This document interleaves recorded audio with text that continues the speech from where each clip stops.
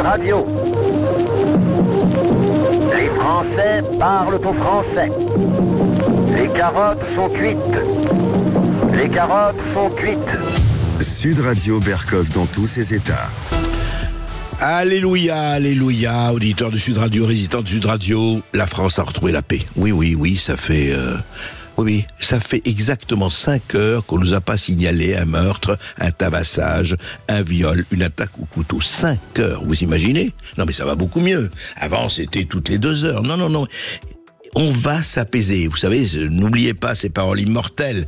On n'est pas dans l'insécurité, on est dans un sentiment d'insécurité. Alors, ôtez-vous ça de la tête. Non, ne vous ôtez pas ça de la tête. On en parle tout de suite. Sud Radio André Berkov. Berkov dans tous ses états, ça balance pas mal sur Sud Radio. Non, tout va très bien, Madame la Marquise. Alors, des exemples ? On va vous en donner. La semaine dernière à Rouen, un Algérien sous le coup d'une OQTF, obligation de quitter le territoire français, défense de rire, a tenté de mettre le feu à une synagogue, armé d'une barre de fer et d'un couteau. Il aurait également tenté d'agresser un policier. Ce dernier l'aurait abattu en légitime défense. Avril, un mineur de 15 ans a été mis en examen pour meurtre et placé en détention après avoir été présenté devant un juge d'instruction du pôle criminel dans le cadre d'une information criminelle après le meurtre de Matisse, un adolescent de 15 ans, poignardé dans les rues de Châteauroux, samedi 27 avril, en début de soirée. À Toulouse, un élève armé d'un couteau poignarde une lycéenne dans le couloir du gymnase. Une élève du lycée urbain Vitré à Toulouse a été en effet blessée au bras par 2 coups de couteau ce jeudi 2 mai 2024 vers 17h. Son agresseur lycéen a été placé en garde à vue. Voilà, ça se passe à Toulouse aussi. À Toulouse, hier, un élève armé d'un couteau, poignarde d'une lycéenne dans le couloir du gymnase. Tout va bien. Ce matin, un homme de 26 ans suspecté d'avoir voulu perpétrer une tuerie de masse interpellé. Voilà. En fait, c'est intéressant. Voilà, en quelques jours, quelque chose, et on ne va pas reciter, il faudrait 5 heures pour reciter tout ce qui s'est passé depuis le début de l'année. Alors, Pierre-Marie Sèvres, on en a souvent parlé avec vous, je rappelle que vous êtes directeur de l'Institut pour la justice. C'est ça. Et au fond, est-ce que vous ne voudriez pas débaptiser votre institut, l'appeler Institut pour la criminalité ? Parce que on se demande, au fond, la justice, d'accord, et on redit ça à chaque fois, mais il y a quelque chose de l'ordre de... évidemment, on ne peut pas arrêter tout, la vie est violente, la vie est un métier à risque, mais cette espèce de régularité pratiquement quotidienne devient quand même quelque chose... Est-ce que c'est du jamais vu, Pierre-Marie Sèvres, dans l'histoire récente, je dirais ? Alors, ce qui est certain, c'est que le sentiment général des gens, c'est ce que vous avez dit, c'est-à-dire on voit des faits divers tous les jours, on est toujours de plus en plus exaspérés, désespérés, choqués par les faits divers qu'on voit, mais certains, et on n'a pas tellement de moyens de le vérifier, peuvent nous dire non mais de toute façon ce sont des faits divers isolés, voilà, c'est arrivé à l'autre bout de la France, ça ne vous arrivera pas à vous. Bon, et puis après dans la foulée on a tous un cousin, un frère, un ami qui s'est fait agresser dans la rue, peut-être même plusieurs, et puis dans la foulée d'ailleurs même les agresseurs s'en sont sortis avec rien du tout, avec du sursis ou avec de la prison ferme, mais sur lequel la victime n'a eu aucune visibilité. En fait ils n'ont même pas fait leur prison ferme. Ou alors des travaux d'intérêt général, etc. C'est la grande mode aujourd'hui au ministère de la Justice, c'est les travaux d'intérêt général. Mais de temps en temps, quand même, c'est bien de vérifier qu'en est-il de la réalité. Et par rapport aux autres pays aussi. Par rapport aux autres pays, c'est même le point principal. En fait, même pendant longtemps, le débat sur l'insécurité, c'était il n'y a pas d'insécurité. Puis c'était est-ce qu'il y a de l'insécurité ou non. Aujourd'hui, c'est tellement écrasant, tellement clair et net que ceux qui disaient qu'il n'y a pas d'insécurité se repliaient sur un autre argument qui est de dire non mais c'est partout pareil. C'est inévitable, c'est l'Occident, c'est les grandes villes, etc. De toute façon, comme dans toutes les grandes villes. Voilà, moi, combien de fois je l'ai entendu. Mais en fait, quand on regarde ce qui se passe à l'étranger, ça n'est pas le cas. Ça n'est pas vrai. Ces arguments sont fallacieux. Vous prenez un classement tout à fait unanime qui est celui d'Eurostat, par exemple. Eurostat, l'organe de statistique de l'Union européenne, a fait un classement sur le nombre de coups et blessures volontaires par habitant en Europe. Alors, figurez-vous, qui est numéro 1 ? La France. Voilà, la France est le premier pays en termes de coups et blessures volontaires. Coups et blessures volontaires, ce sont les bagarres et les agressions.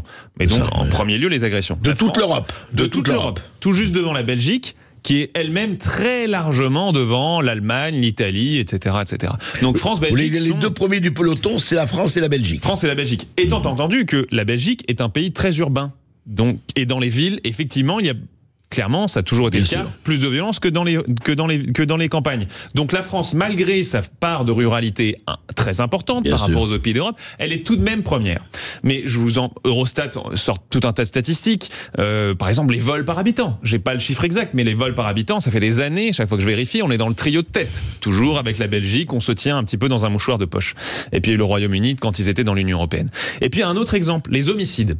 Alors c'est ça aussi, la critique qu'on peut nous faire, c'est les comparatifs internationaux en matière de criminalité sont compliqués à faire. C'est vrai, il y a une agression dans un pays, peut être comptabilisée d'une façon en France, puis d'une autre façon en Italie. Ça rend les choses plus compliquées. Eurostat fait une harmonisation, mais cet argument-là revient régulièrement. Alors il y a un critère, il y a un fait, un crime qui permet de mettre les choses à peu près à zéro, c'est l'homicide.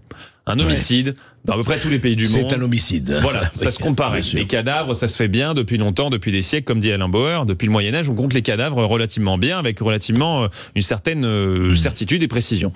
Eh bien, l'homicide, la France, en valeur absolue, je ne parle pas en valeur relative, mais en valeur absolue tout de même, la France est le pays d'Europe dans lequel il y a le plus d'homicides. Nous avons cette année dépassé les 1000 homicides. Ça faisait quelques années que nous n'avions pas dépassé ce chiffre-là, sachant aussi qu'il y a les comparaisons dans l'espace, c'est-à-dire en Europe, mais dans le temps.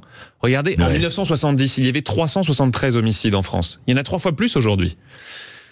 Je reviens dans les comparaisons dans l'espace. En Italie, alors qu'on a à peu près la même population, on a environ 300 homicides par an. Par rapport à 1000 en France. Par rapport à 1000 en France. En Allemagne, qui est plus peuplée, on a 800 homicides par an. C'est-à-dire que notre taux d'homicide est beaucoup plus élevé que les pays avec lesquels on peut se comparer. En valeur absolue, on est le plus élevé d'Europe, et en valeur relative, on est bien plus élevé que nos voisins européens.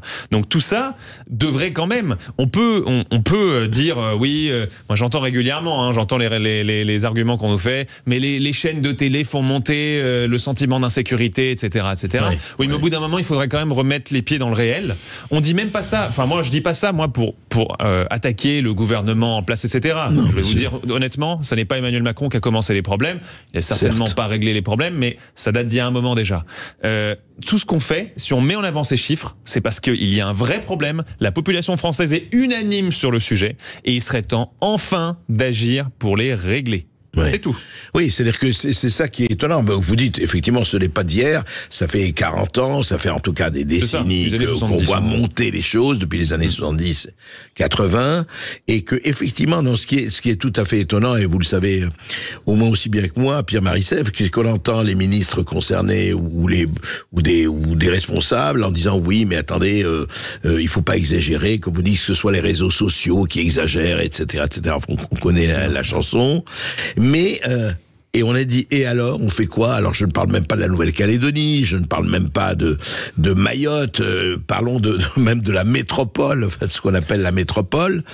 Est-ce que c'est quelque chose vous avez suivi ça dans l'Institut de la Justice, est-ce qu'au fond, tous, gauche, droite confondus, les responsables se disent, mais écoutez, en tout cas, il faut même pas mettre de l'huile sur le feu, il faut essayer de calmer les choses, et en promettant qu'on va faire, mais jusqu'à présent, les promesses n'engagent que ceux qui les écoutent. Et oui, malheureusement, pour les responsables politiques qui sont au pouvoir depuis plusieurs décennies, les mots ne règlent pas les problèmes. Voilà, on n'arrête pas les voleurs, les violeurs, les criminels sous OQTF simplement en faisant une minute de silence ou en disant ça suffit, il faut que l'État revienne. Non, derrière les mots.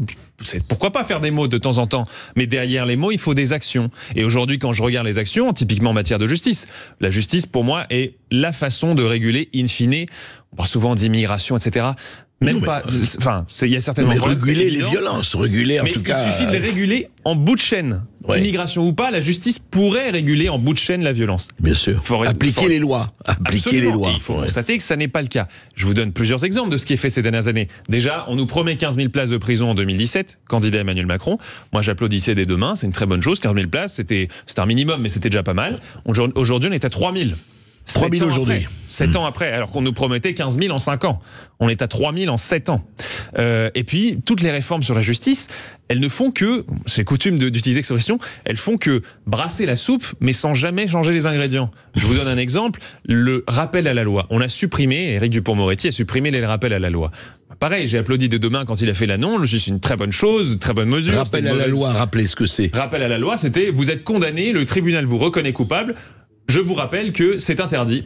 au revoir, vous pouvez sortir, vous êtes libre. C'est ça. Voilà, Et c'était surtout ça, pour les mineurs, en plus, on le sait. Oui. En plus, pour les mineurs, complètement inefficace. Quand on n'a pas de vraie sanction, c'est inefficace. Bien Eh bien, sûr. les rappels à la loi ont bien été supprimés, ce qui était une très bonne chose. Mais en fait, ils n'ont pas été supprimés. Ils ont changé de nom. Ça s'appelle aujourd'hui un nom beaucoup plus jargonneux, l'avertissement pénal probatoire. Dans la presse, vous imaginez, c'est beaucoup plus difficile de dire la personne qui a commis un vol en étant en situation irrégulière a un avertissement pénal probatoire. La personne qui ne connaît pas le lecteur, oui. qui ne connaît pas ces termes, il se dit ah bon, un avertissement pénal probatoire, ça a l'air dur. Quelque chose, en fait, c'est strictement la même chose. Je vous donne un autre exemple, les réductions de peines automatiques. Jusqu'il y a quelques années, jusqu'en 2021, les détenus qui allaient en prison, alors pour aller en prison, il faut quand même y aller en France, faut vraiment le vouloir. À faire quelque chose, oui. Mais même quand ils y allaient, ils avaient des réductions de peine automatiques, ils n'avaient rien besoin de faire pour avoir leur peine réduite. Automatique, oui. Et donc Éric Dupond-Moretti a dit c'est vrai que c'est pas bien les réductions de peine automatiques, il faut que ce soit subordonné aux efforts des détenus. Et donc on va supprimer les réductions de peine automatiques. Pareil, c'était la dernière fois que je me suis laissé prendre. J'ai dit c'est une très bonne mesure, bravo monsieur le ministre. Et puis au final, qu'est-ce qu'on remarque que dans le fond du projet de loi justice de 2021, c'était le projet de loi pour la confiance dans la justice, on remarque que les réductions de peine automatiques ont bien été supprimées, mais que toutes les autres ont été potentiellement rallongées. Voire même plus loin que ce qui était possible avant. Avant, c'était 5 mois maximum par an. Maintenant, on est à 6 mois maximum par an. Certes, c'est supposé être subordonné aux efforts des détenus, mais en réalité, on sait très bien que c'est juste une mesure de gérer la capacité carcérale. Oui, c'est-à-dire que, faute de changer la réalité, comme d'habitude, on change les mots. Exactement. On change les définitions. Je ne sais pas, Thibault, si on peut mettre... Parce que vous avez parlé à plusieurs reprises d'Éric Dupond-Moretti. Pierre-Marie Sèvres...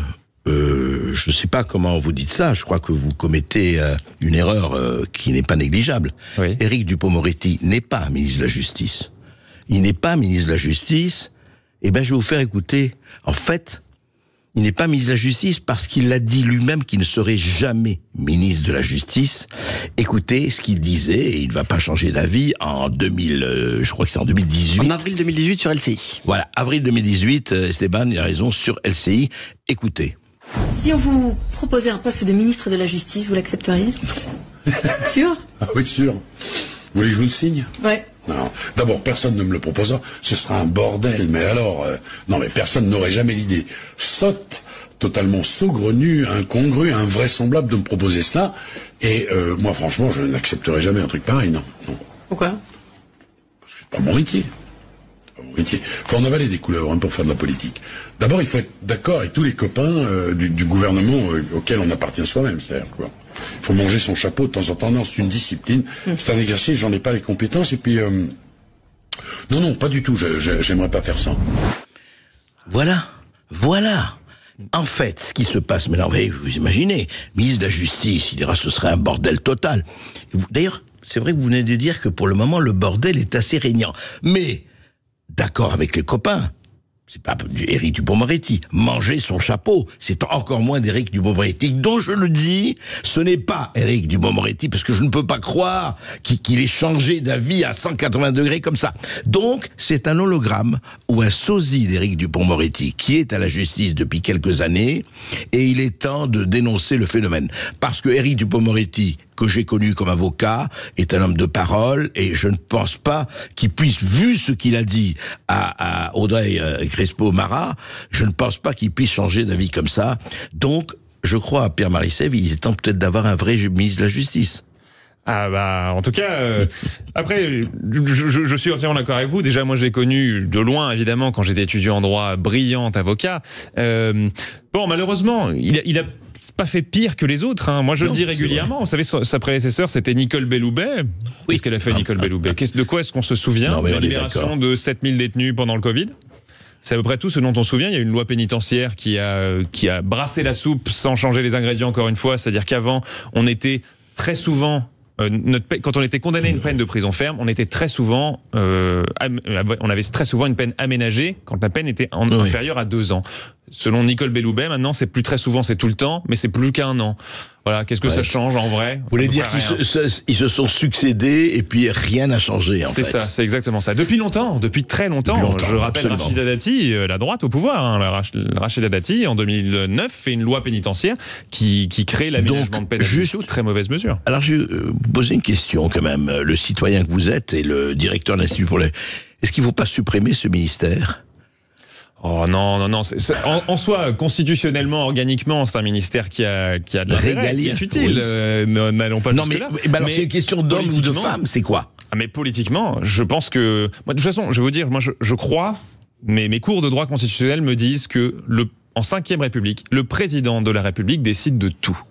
Et malheureusement, on l'a vu, il nous l'a prouvé de nombreuses fois, Emmanuel Macron ne s'intéresse pas à ces sujets-là. Il ne s'intéresse pas à la justice et à l'insécurité. Moi, je me souviens, pendant le débat d'entre-deux tours contre Marine Le Pen en 2022, a été pratiquement pas abordé cette question de sécurité, ce qui était très étonnant, c'est un sujet quand même super important. Et quand on l'a abordé, je me souviens très bien avoir entendu Emmanuel Macron déclamer les mêmes poncifs que j'entends depuis 10 ans, qui sont les poncifs que les élites urbaines de centre-gauche ont en tête, qui est la prison n'est pas toujours la bonne solution, vous savez. Au contraire.